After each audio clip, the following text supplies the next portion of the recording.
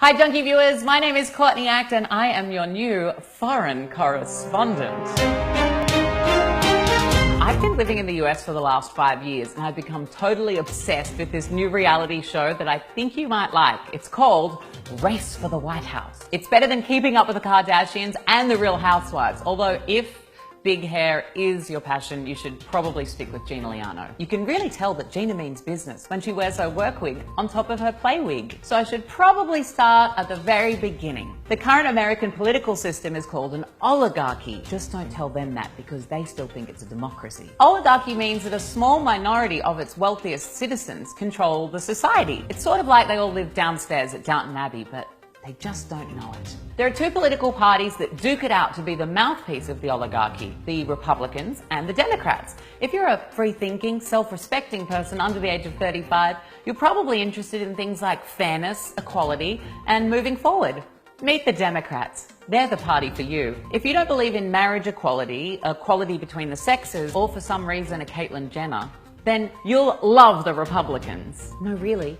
She's a loud and proud Republican still. Google it. The two Democrat candidates are Bernie Sanders, not related to the Colonel, and Hillary Clinton, very much related to Bill. The Republicans have Ted Cruz, no relation to Suri, Marco Rubio, invented the Rubik's Cube, and Donald Trump, who owns Miss America and a very young wife. And a bunch of other people who just won't admit defeat. Each of these two parties pick their most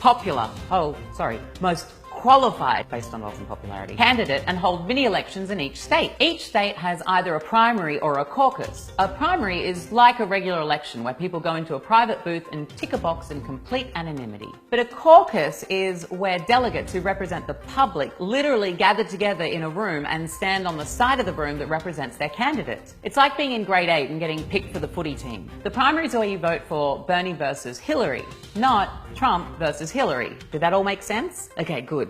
Because the next bit doesn't. You would think that people would be voting for a candidate, right? But they're actually voting for a delegate who sort of represents the will of the people, depending on the rules of that state. In some states, the delegates are free to ignore the will of the people and just vote for whoever they want, which kind of makes the primaries sound redundant, right?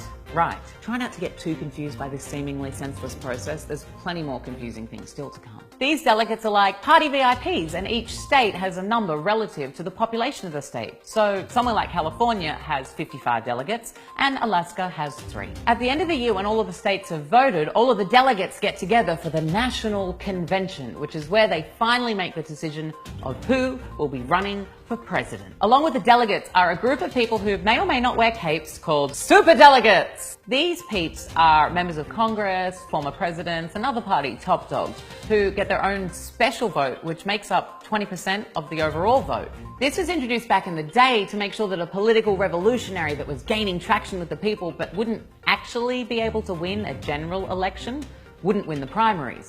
I hope this gives you all a slightly better understanding of this Victorian-era shit show that Americans call an election. Thanks for watching. If you like this, I'm Courtney Act. If you didn't like this, I'm Sophie Monk. Make sure you like, love, wow, or haha us, preferably not sad or angry. And I'll see you next time.